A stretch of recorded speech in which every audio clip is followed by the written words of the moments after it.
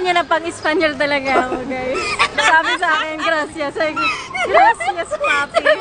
Baby, actually. Yes, sabi ko din, gracias, papi. Sabi na sa Olivia Rodrigo, I think. Kaya ako kasi tingin yung mga Espanyol sa akin. Akala siguro sikat ako. Sabi pa rin, sinig pangalan mo. Wow!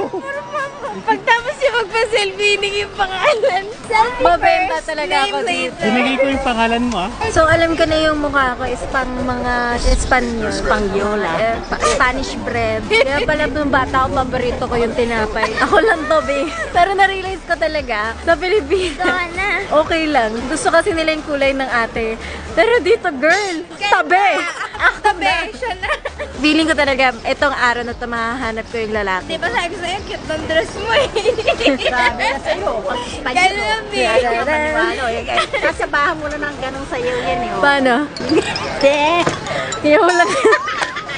So yun, magkakape lang kami very fast and then bibili kami pagkain. Uy, ang ganda ko ngayon oh. Ikaw na. Ang gaganda ng mga tao dito.